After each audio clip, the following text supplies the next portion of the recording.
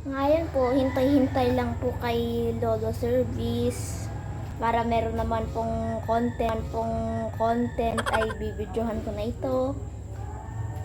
Ginagawa ko lang po ay iinom-inom, lalaro-laro.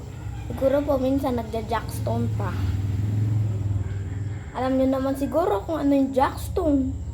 Kung hindi niyo alam ay ang jackstone, susuntukin ka ni Bonchong. Ay bala kayo dyan, pupunta yan di Bonchong.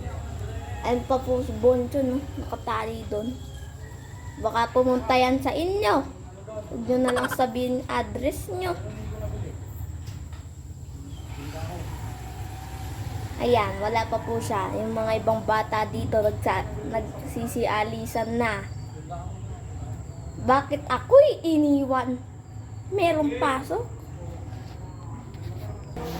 Si mama ay bumibili ng mga ano dun eh.